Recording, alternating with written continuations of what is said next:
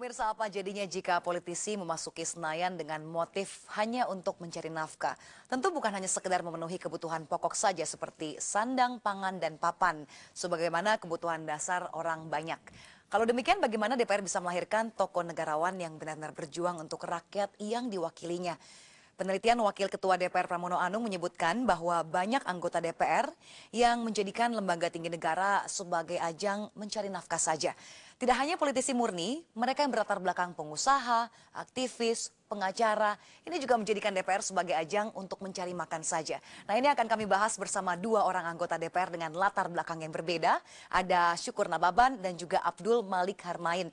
Dan juga pemerhati DPR ada Ibu Lela Aryani. Dan selamat sore untuk semua yang bergabung di...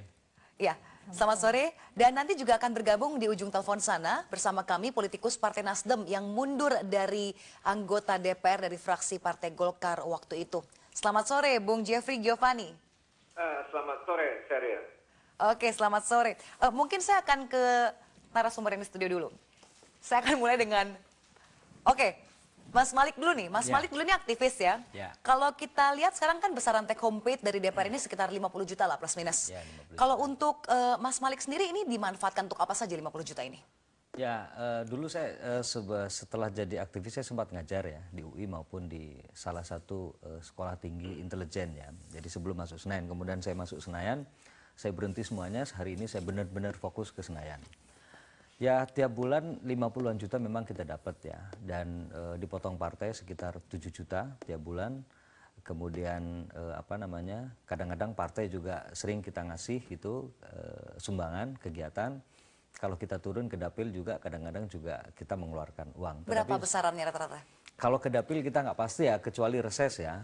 Kalau ke dapil tidak dalam posisi reses, ya tidak pasti dan tidak banyak. Artinya menurut saya kesimpulannya 50 juta sekian itu cukup lah, sangat cukup buat saya untuk membiayai hidup saya selama Ada sebulan. lebihnya untuk misalnya kalau berjaga-jaga periode berikutnya tidak jadi anggota DPR lagi? Kita nabung, misalkan tiap bulan kita bisa nabung ya 7 juta sampai 10 juta. Karena itu menurut saya tergantung anggotanya. Kalau kemudian hidupnya bermewah-mewah tentu saja. Tapi selama jadi anggota DPR Bapak bisa ganti mobil dan beli rumah baru?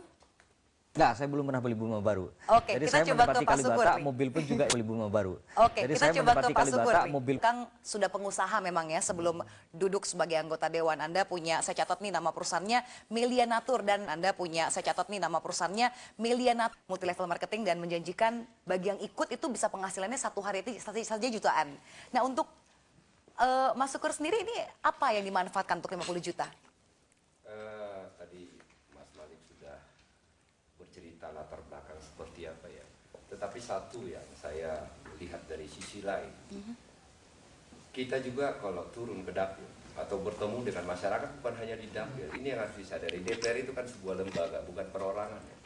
Kadang-kadang masyarakat juga berpikir kita yang memegang uang, kita yang memegang kendali. Jadi yang diminta kepada kita itu pada saat berhadapan dengan masyarakat bukan apa yang kita kerjakan di DPR, tetapi yang diminta adalah uang cash. Jadi mulai daripada rusak WC-nya, ya anaknya nggak sekolah sakit, semua kita diminta untuk harus membayarin itu.